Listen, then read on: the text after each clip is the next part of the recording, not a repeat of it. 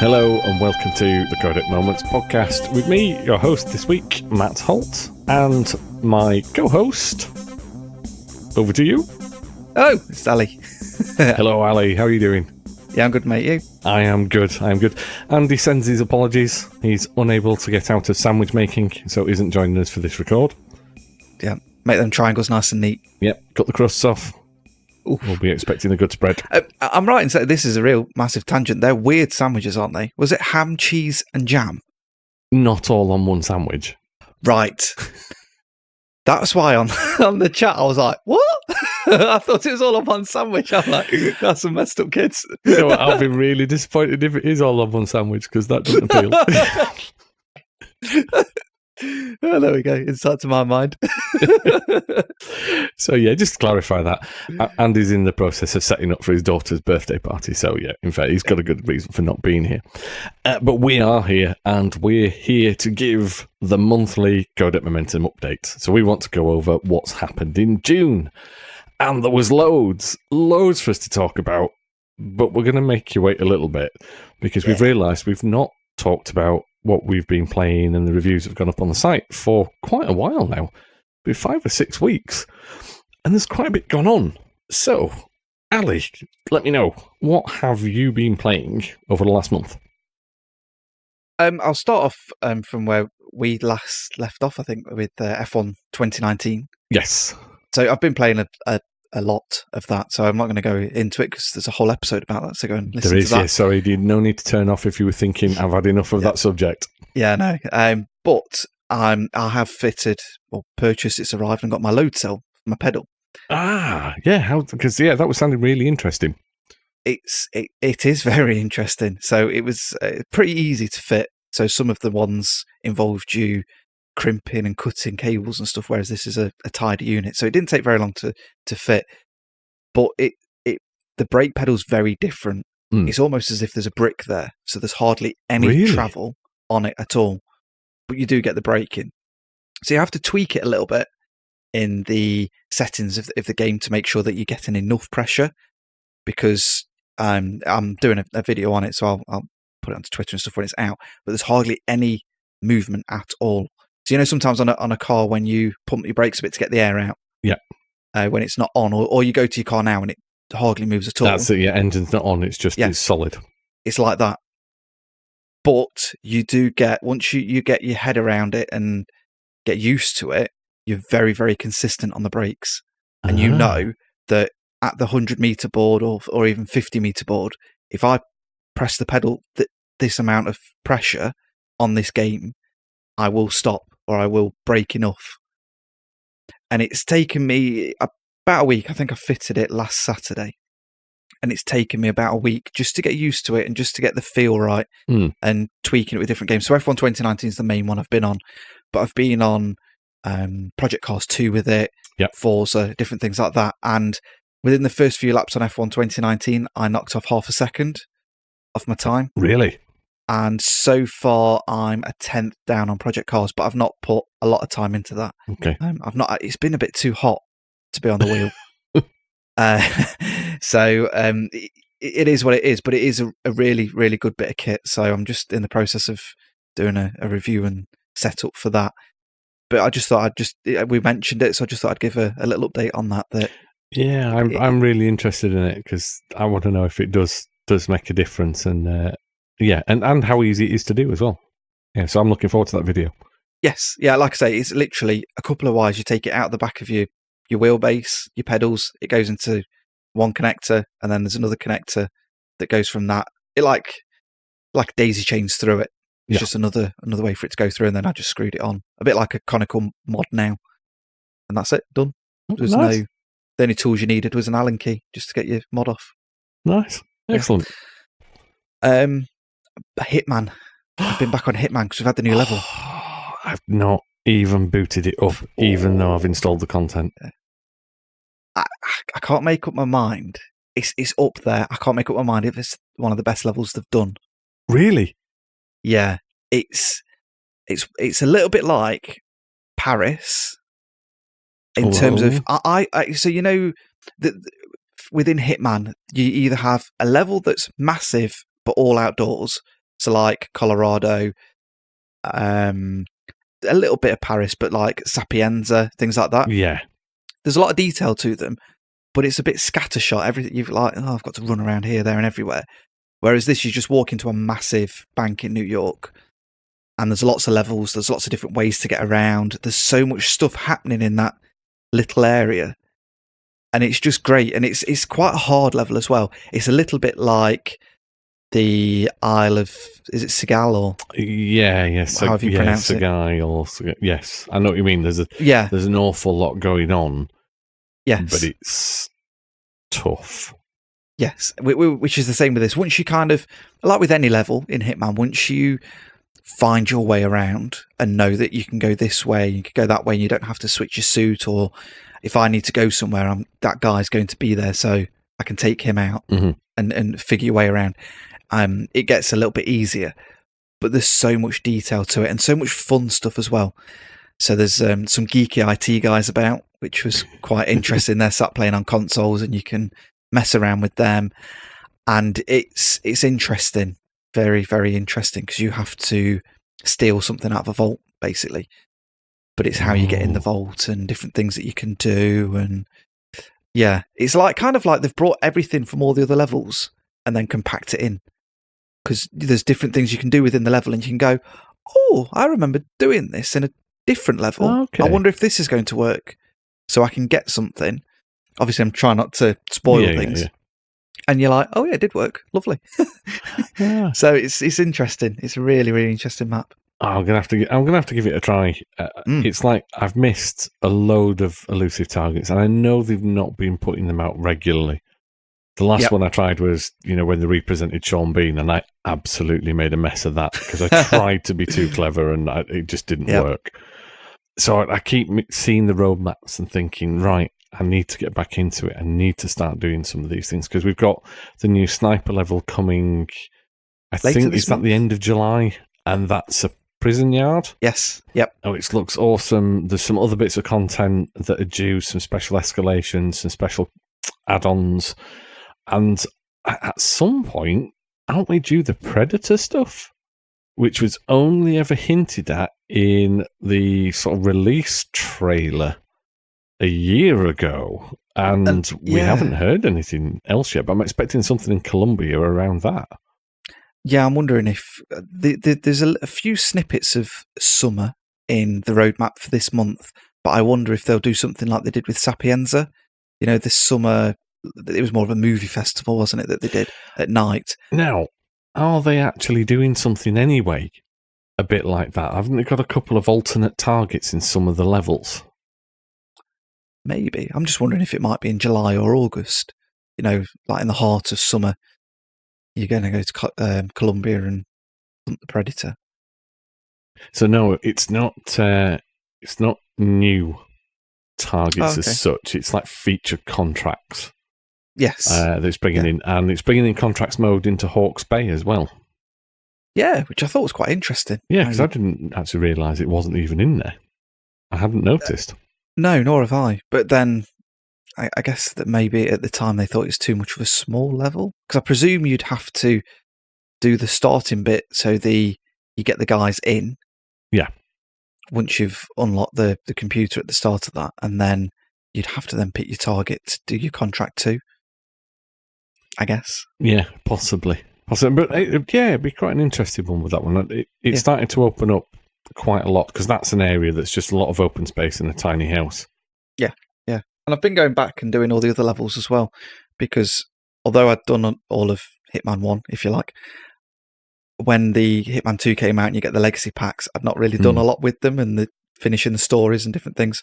So I've just been going through some of the other older levels and just getting those achievements, basically, for not doing fair enough. Fair enough. Yeah. Nice. Go on then. What else other than F1, Hitman, and Project Cars 2? Leisure Suit Larry. What was it? Wet Dreams Don't Dry? Yes, it is. Yeah. Yeah. So I think I'm about halfway through, and it's so funny because it's kind of the game starts with him waking up in the sewers, and he still thinks it's the 80s, and basically it's a very interesting way of bringing a character back into the current year, time frame, whatever you want to call it. But obviously he's kind of like, but what's these smartphone things? And he's still him, but trying to get up to speed with what's happened basically in the last 20 or 30 years. It's an interesting one, isn't it? It's got a bit of fourth wall breaking stuff as he's coming back through. There's lots of nods at having basically ignoring some of the other reasonably recent games, even though they've been over the last decade. Yep. Obviously we finished it, we reviewed it, and it was actually sort of part of a point and click month through June, because I've not played one in years, and then 2 came along that I actually did. But I was expecting, if I'm honest, I was expecting a worse game than is actually there. Not that I thought it wouldn't work, I just didn't know how Larry would work in the modern setting, because he's always been a bit of he's not dislikable, he's just a little bit creepy, and I suppose a little bit pitiful. And he's kind of weirdly less creepy in this, still a little bit pitiful. But you do kind of draw alongside him and appreciate what he's going through. It's very strange. And it's not got there's smut in there, but there's not the sleaze, if that's probably the right way of putting it. Yeah, they've kind of brought it into this century, haven't they, and toned him down a little bit, but it's more innuendos and kind of like him like looking at the camera or like looking at you as a player to go, oh, easy. But not kind of in your face with it, which I thought was really nice. Yeah. And there's some really nice touches. The Tinder copy. Yeah. Was it called Timber? Timber, yeah. We have to swipe to select characters. The whole premise behind the game is actually increasing your rating on that, so you are selecting dates effectively through it. But the random characters it throws in are quite funny, and it is a very even and equal message as well. It isn't just focused on one particular thing. It's very inclusive, I think is the word I'm looking for.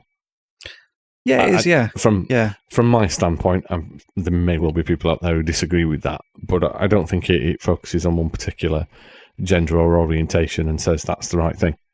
Which I was quite surprised at that. That does work reasonably well, even though Larry is ultimately going down one particular route. It is quite interesting. Yeah, and the way they handle it as well, you'd kind of expect them to be maybe not handle it that well, especially with how he was in the 80s. Yeah. And I wasn't sure if, when I was going to play the game, if I was going to play basically an 80s game now and it was going to get slammed. But I think, like you say, they've handled it very well in tweaking it where it needed to be tweaked. Yeah. So it doesn't cause a ruckus, if you like. No. Because it would. No, it's true. Although, in fairness, I still think the target market is young white males. I don't think that has changed, if anything. No. It is probably still the same, but no, surprisingly entertained by it, actually, and did whip through it right through to the end. But it was on the back of me playing Irony Curtain from Matryoshka with Love. Oh, okay. Which is a point and click where you are almost a hapless hero. You are taken over to a communist state. You believe a little bit in error as the gamer, as the actual character. You think you've been taken over there as an expert on the political systems, and it's a very amusing, silly tale of like an isolated state overthrowing its own communism and introducing a new regime, which doesn't sound like an exciting topic at all when I actually say it out loud. But it is good. It is really good. And the puzzles and the way it presents itself and the way it does things is really nice. It works so well. I'd argue the puzzles are better than Leisure Suit Larry. And the way it thinks its logic through is absolutely grounded, so that you're looking at something and you go, well, that's bound to do that. And it does. And it makes sense to do it that way. as well. No, I really, really enjoyed getting through that as well. And did you play it on PC? I played it on PC, but it is on consoles. It's released on consoles since I did it, and we gave a copy of it away a few weeks back. Lovely. Yeah. Yes. So a couple of point and clicks. And then I guess the game that we've both been playing a lot of, which will segue nicely into other things that you've been playing, Matt, is My Friend Pedro. Yeah. Wasn't that a lovely surprise of a game? Yeah. I mean, it looked a bit crazy when it came up, and I think we all just went, yeah. And to be fair, the PR guys went, if you want a copy of this, we don't want you to just reply back saying, yes, please. We want you to write it on a banana. Yes. So you actually went to the effort to buy a banana and write it on, and I actually just photoshopped it on the picture. I happened to have bananas in the fruit bowl. So. But yeah, I did some cheeky Photoshop for mine. But yeah, really, really nice game. There's one thing I've still not had a chance to check yet, because on the PC, when you do cool stuff, you get GIFs. Yes. Then you can press a button to do a GIF. I'm playing it on the Switch, but it works really, really well on the Switch, to the point that I was playing it on the train down to London a couple of weeks ago. I had to go down for a meeting, and I'm just sat there on my Switch on the London commute. Everyone's working on there playing My Friend Pedro. But yeah, it's just a really nice kind of 2D platformer blended with a little bit of Matrix, I guess. Matrix and a bit of John Wick, I think. Yeah. It's an action game. Pedro is a banana who's quite possibly a figment of your imagination. It's really hard to tell at times. Who just commands that you go out and kill everybody in your path. That is it. It's not complicated. And you jump around, triggering bullet time, switching weapons, dual targeting, doing stunts, and generally feeling pretty damn cool about what you're playing. Yeah. It's almost like a twin stick shooter as well, isn't it? It's got a lot of stuff in there, and you just go around bossing it, and if you fail it, you kind of go, well, okay, fine, I'll just kill you all again and find a different way to do it. And like, you got your double jumps, and you can jump off the wall, and you can go into slow-mo and spin around, and as you're going through the air, you can be popping people in the head, and it's just a lovely little game. It is. It's quite short. It doesn't take long to get through, and because the checkpoint is really good, a quick death doesn't mean having to replay an entire level, which is excellent. Really nicely surprised by that. Lovely little game. On the Switch and the PC at the moment, I don't know if there are any plans to move it to Xbox and PS4, but I'd play it again if they did. Yeah. No, it's a tidy little game. It is. So what else have you been playing, Matt? So, aside from my momentum, which I may as well get to that in a second. Yeah, I forgot about that, yeah. I have been playing The Sinking City. Nice. So, the Lovecraftian horror set in the town of, I want to say, New Harbour or New Haven. The reason I hesitate slightly is it is a tough game to get into. I think it's been playing some sort of quite fast-paced action stuff. It's very much an investigative, clue-based game like the Sherlock Holmes ones. Right, because you were quite excited for this, wasn't you? Yeah. And don't get me wrong, I'm enjoying it, but it's just dialogue, a different pace. It's dialogue and character heavy. Yeah, there's a lot of thinking and trying to piece together clues and check environments, but it's also coupled with a bit of a survival horror. So you do have weapons, you are attacked by weird creatures, you don't have a lot of ammo, so there's a lot of scavenging going on, and you're also driven mad at various points. Depending what you're doing, it affects your sanity, and that affects what you can see and how everything's presented to you. It's quite strange. And it's also open world as well. Okay. You kind of got free roam around the city in a boat for flooded sections, or running around on foot. And it's pretty much left to you to go and do what you want. It will point out this is your objective, but you even down to placing your own map markers of where you need to go and what you need to look at. It's quite a bit different, and because of that, it's quite involved and quite heavy going. In a nice way, but it's not something I've been able to sit down and put the hours into yet that I really need to. It strikes me it's going to be a good 20, 30 hour game. And I'm maybe 5 or so into it, just because sometimes you want something a little bit light, a little bit pick up and throw away. That's the problem with those games sometimes, especially when you've been playing ones that are quite fast-paced, even though Leisure Suit Larry is a point-and-click game to an extent. They do flow nice, and then obviously playing F1 2019, which is probably the fastest race in the world to an extent, and then you've got My Friend Pedro, which is just off the wall insane, and then you go to that, and it can take you a while to kind of get into that frame of mind of this is a slow-paced game. It doesn't necessarily mean it's bad. It's just you need to be in the right frame of mind. You need to click with the game. Yeah, and the day that came was the same day that Crash Team Racing Nitro Fueled landed as well. There we go. And I spent the first night playing a fantastic nostalgia game, Crash Team Racing. I haven't done a huge amount of it, but oh god, is that good! Yeah, it's just as I remember it, and as hard as I remember it as well at times. Yeah, I remember that being super hard. The Sinking City is really nice. I really like what they've done and what they're presenting. I just need to have that time to get the most out of it.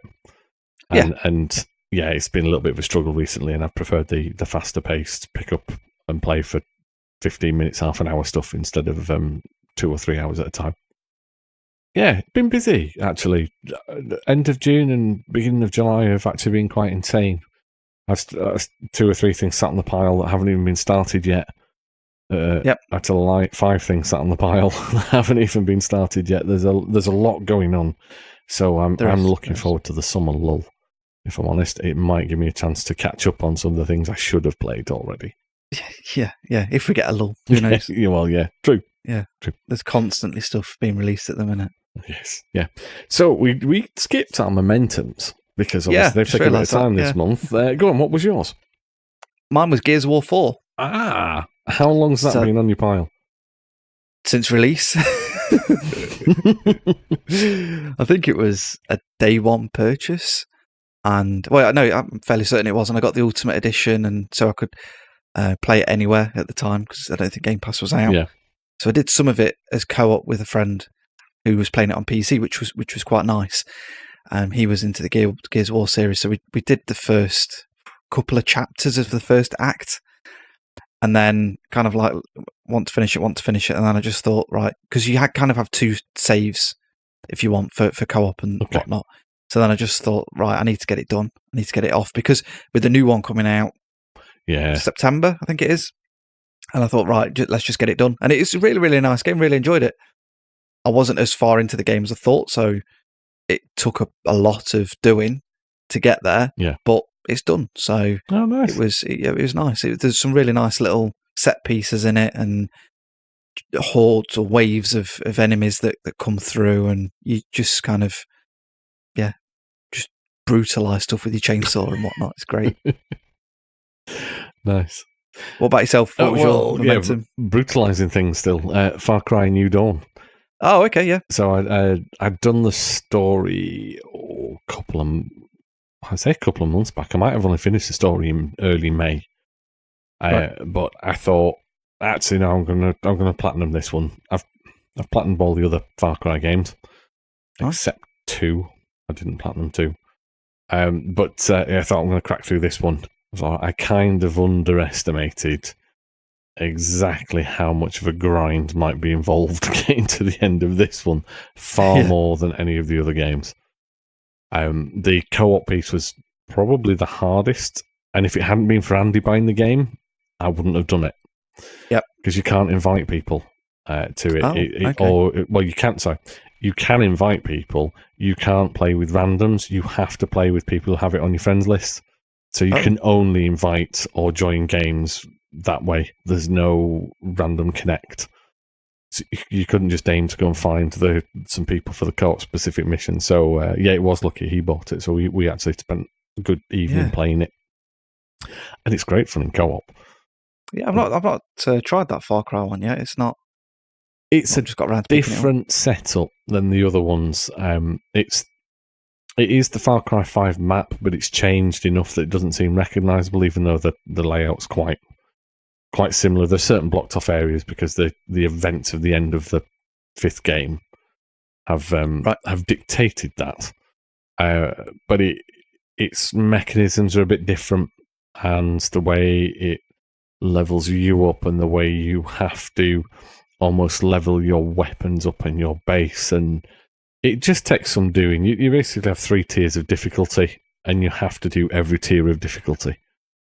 Oh, okay. And the expeditions that you do was probably the longest grind, because there's 7 expeditions with 3 difficulty tiers. Right. So yeah, 21 expeditions to do to get through them. I can't remember. I think it's about 8 outposts, again 3 difficulty tiers. There's 24 outposts. And you can keep doing the outposts and the expeditions once you hit the maximum tier to keep reaping the rewards. But as with all these games, you get to the end where you can finally unlock or buy that lovely equipment that you've coveted since the beginning. But it's absolutely no use at that point, because you're already overpowered and everything else. It's a good game. I have enjoyed it. And it is a budget Far Cry game. It wasn't a full price release. Yeah. But it's now that's done platinumed. Nice. Yeah, just a bit more of a grind than what you thought it'd be. Yeah, it was. It took a lot longer. It took about 2 days longer. I finished it the evening of the 30th of June. Yep. Yeah. It was near the end of the on month. The wire. Yeah, close enough. Too close, really. But I suppose the question is, how have our competitors done this month? Yeah. And there's a few interesting bits, actually. This month has been the highest number of nominated finishers this year. Wow. Which I was really surprised at. We've actually had 14 finishers this month. Wow, that's a lot. It is. Basically a quarter of them from one person. Probably can guess who. But no, it's been quite surprising. And I think this month, in terms of submissions, we've had people who have pledged finishers to find out that they're only 100% games. But we've also had it the other way around in a couple of instances where people have pledged 100%, but actually they've qualified for finishers. Oh, okay, that's nice. So it's nice. Yeah, it does go both ways. We don't always just downgrade. Yeah. There are the options to upgrade. So 14 finishers this month. We've had our first absolutely confirmed referral, where both members have got the points. Something that maybe one of the people should have had earlier this year, but he did it this time round. And yeah, a change in the top 5. Oh. So should we do the rundown? Yeah, let's do it. Go on, kick it off. So in 19th position, there's been a few new entries, is Lucinda. The artist formerly known as Kelly. Oh! Is still in 19th place. In 18th, we've got Kaiser Soze 13, or Kia Soze as it's actually spelt. In 17th place is S. Barnett 82. And in 16th, and I bet you didn't think you'd be this low down the table, it's Gormulf. Yeah, well, I need to pull my finger out a little bit. To be fair, 10 points, or 11 points in total, isn't too bad. I know it's not as good as the top guys that just absolutely rinse loads of games, but in previous years, I probably would have stayed mid-table with that. But with Matt's generous bonus points for Assassin's Creed and only been able to capitalise on one game for that, Not much help. Not much help. Yeah. In 15th place is Square Freak. And then, and this has got to be a kick in the nuts for you, in joint 13th, it's Kevney, who has leapfrogged you this month with a platinum on Hitman Go. He's tying with Kishinabe, last year's Crazy. winner. Yeah. He's not done a lot yet this year, has he? No, but you're saving them up. Your film guff partner is ahead of you on the table by a few places. To be fair, I could probably complete one game for the rest of the year, like one per month, and probably leapfrog him. I doubt he might have burnt himself out again. That's the one game for the next 3 years. Yeah. In 12th, we've got Afro Gear. And 11th, we've got Tainted Shirts. I think both those are non-movers from last month. Yeah, apart from myself and Kevin, there's not been any submissions up until our own Codec Moments in number 10. Yeah, no, it's nice. It's nice being mid-table, to be honest, because I thought I'd be a bit further down, having not done a right lot this year. But yeah, I'll live with it. I'm filling in for Andy this year, I think. But that is actually a good point, because only one place ahead of me, I'm probably going to get overtaken this month by me, is at Clinical Andy. That impressive January and February start has seen him plummet down the table since then. Yep. In number 8 is a new entry. That's an amazing position for a new entry. Yeah. Straight in at 8th, Drunken Rogue 68. And he's got 22 points to his name in his first month. Yeah, threw in 2 finishes, a 100%er, and gets his 10 bonus points for being referred by the man in 7th at Solemn 67. Well done, Colin. You got your referral points this time. Yeah. He did 3 games this month, including a double up on Detroit.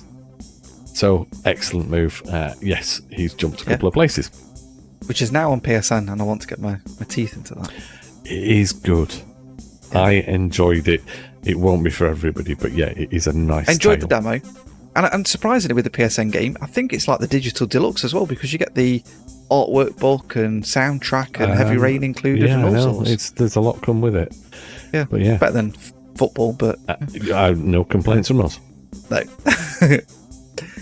In 6th place is Vitafan 9. And in 5th, it's Anya 6, who was the other double up for Detroit. Lovely. And actually, you know what? Give him a shout for this.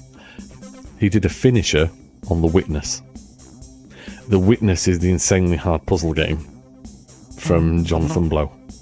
I've got it. PS4. So have I. I haven't even attempted it yet, but he did the finisher on it. Oh, nice. So well done, Justin. And then in 4th place is Damocles 693. How fast is that guy moving up the board?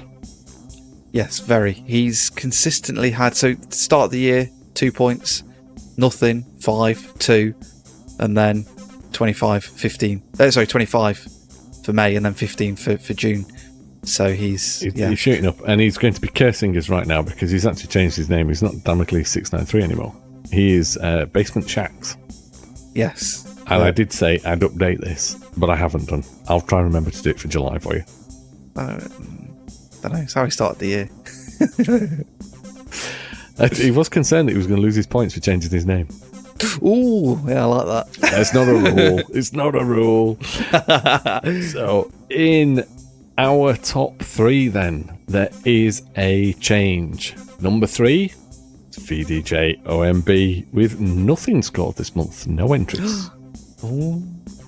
And then in 2nd place is Saintly Stewart. Second.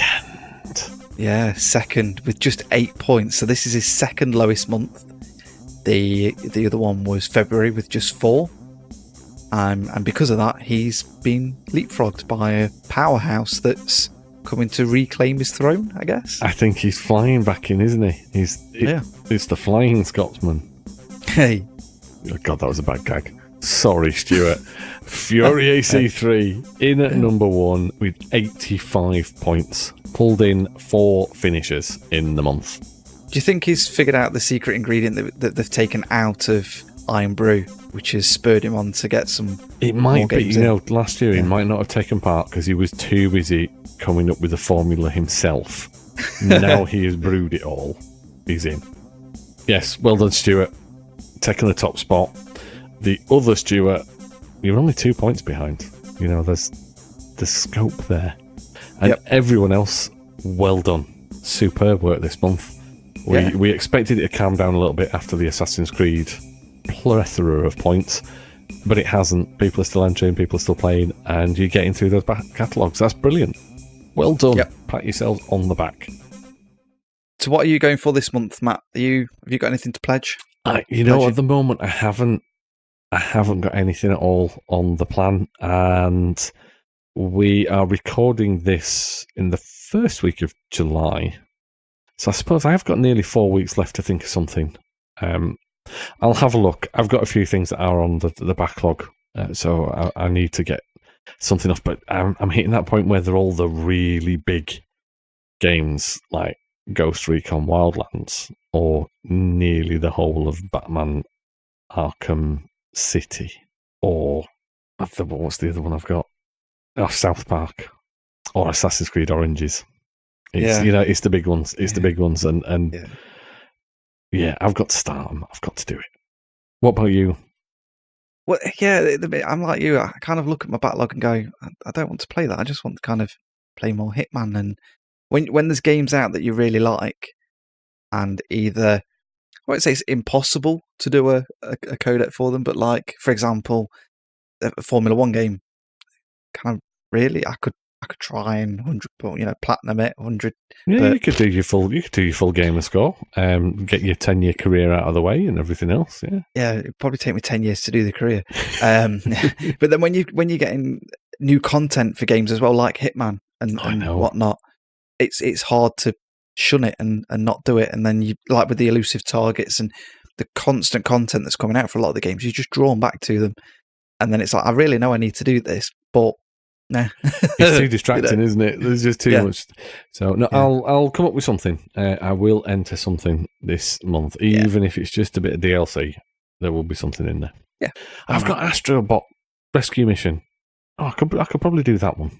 Yeah, I need to finish that. So yes, maybe if we had like a cash incentive, it would help us think about doing more.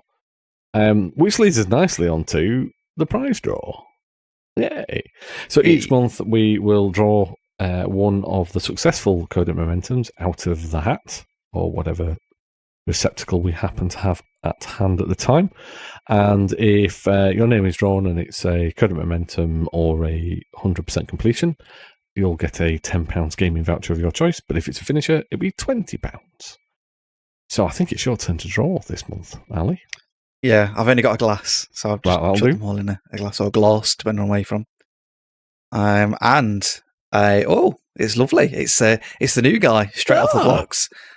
He's like mid-table and he's winning stuff. So it's Drunk Road 68 with Lego Pirates Caribbean. Yes, did a finisher on that one. So that's a £20 voucher. Lovely. And not bad. Like you say, mid-table, wins the prize. Yeah. All you other guys need to put some effort in. People will be jealous now because of what they've done and not got it. Yeah. So congratulations. And we will be in touch after this podcast has come out to find out what you want. That's it for the leaderboard. Yeah. We've got a little piece of unfinished business. So it's the end of June, as we're in July. And it's the half-year update on how Saintly Stuart is doing on his epic walk. Oh. So if listeners remember, Stuart asked us if he could pledge a year-long Codec Momentum. He was going to walk the length of the Appalachian Trail using his Wii U. And like a walking game that came with it. It's got a pedometer that links back up to the Wii and everything else. So it tracks how far he's walked. And the whole distance is some crazy amount.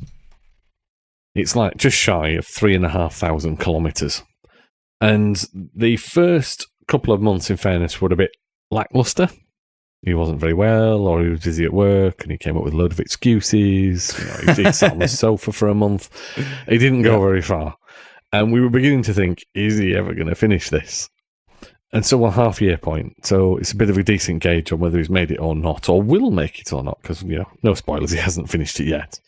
But he is making some progress. So as of end of June, he has hit 2,284 kilometres.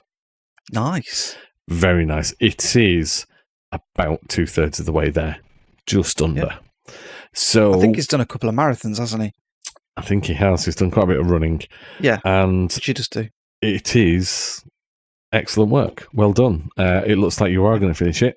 We are going to have to revisit what we said we would give if he finished it early as well, because we didn't think he would. So there's going to be bonus points in that for you if you complete earlier than December. So excellent work, Stuart. That's superb. Yeah. Well done. Well done. I did on Twitter promise a few bonus points if anybody guessed to within the nearest 100 kilometres how far he'd walked by the end of June. No one got it right, so. Oh, unlucky.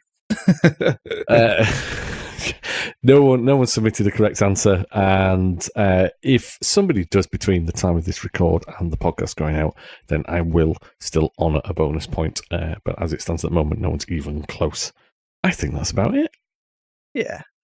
That's a decent enough update, isn't it, for you guys? Yeah? Yeah. We can't hear you. We're going to presume you said yes. Yeah. Yes, Mark. So, thanks for listening. If you want to take part in Codec Momentum, you can head to the website, enter the form, put your game in, let us know your name, all the usual stuff, and submit something to be completed in July. And, yeah, just clear something off your backlog. You never know. You might win a prize like Drunk Rogue 68. Oh, yeah, straight off the bat. Yep. We will be back next week with what is currently planned to be a Wolfenstein special. Episode content subject to change. Mainly because we don't know much about the games until they come out. So, yeah, we're aiming for a bit of Wolfenstein love next week because we do have 2 Wolfenstein games releasing in July. And we do love a good bit of alternate history, Third Reich murder. Who doesn't? And one of these is a co-op game. You know, it's right up our street. So we'll be back in a week. Until then, enjoy yourselves. Goodbye. See ya. You're not doing Inabizzle this week. What? Inabizzle? Bye.